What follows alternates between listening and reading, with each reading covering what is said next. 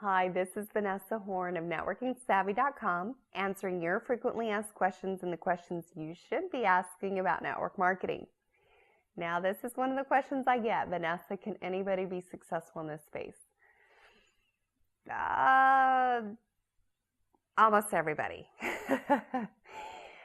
There are critical components that you need to look at in an opportunity: ownership, leadership, compensation plan, product. But the best answer to this one is system. What system is in place with the company you're looking at that can ensure the most success for the most people?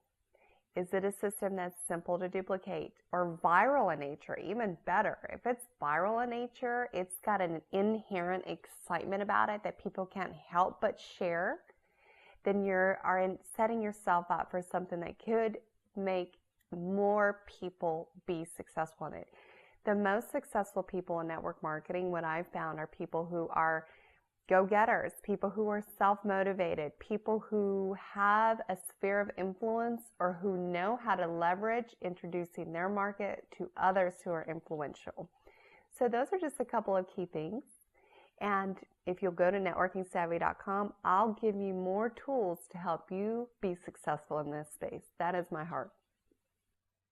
If you liked that tip, be sure to go to networkingsavvy.com,